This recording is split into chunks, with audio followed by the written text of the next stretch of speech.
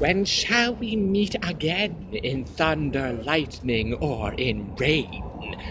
When the hurly-burly's done, when the battle's lost and won.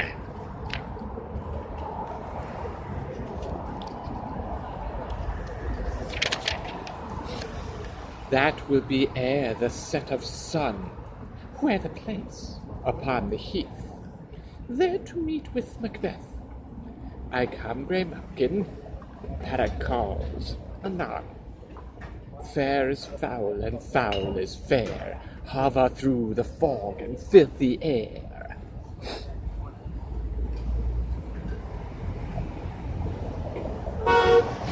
What bloody man is that? He can report, as seemeth by his plight of the revolt, the new state. This is the sergeant who, like a good and hardly soldier, fought against my captivity. Hail, brave friend. Say to the king the knowledge of the broil, as thou didst leave it. Doubtful it stood, as two spent swimmers that do cling together and choke their art. The merciless MacDonald, worthy to be a rebel, for to that the multiplying villainies of nature do swarm upon him from the western isles. Of Kernis and callow glasses is supplied, and fortune on his damned quarrel smiling, showed like a rebel's whore, but all's too weak. For brave Macbeth, well he deserves that name, disdaining fortune with his brandished steel, which smoked with bloody execution.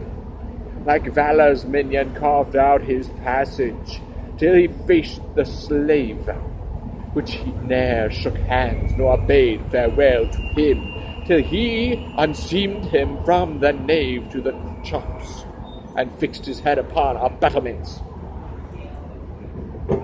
O valiant cousin, worthy gentlemen, as whence the sun gins his reflection, shipwracking storms and direful thunders break, so from that spring whence comfort seemed to come, discomfort swells. Mark, King of Scotland, mark! No sooner justice had, with valor armed, compelled these skipping kernies to trust their heels.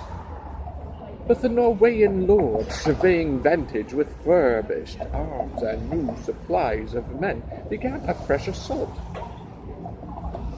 Dismayed not this, our captains Macbeth and Banquo.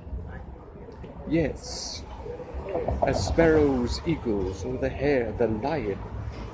If I say sooth, I must report they were, as cannons overcharged with double cracks, so they doubly redoubled strokes upon the foe, except they meant to bathe in reeking wounds, or memorize another Golgotha, I cannot tell. But I am faint my gashes cry for help. So well thy words become thee as thy wounds. They smack of honor both. Go get him surgeons. Who comes here? The worthy Thane of Rose. What a haste looks through his eyes. So should he look that seems to speak things strange. God save the king. Whence camest thou, worthy Thane?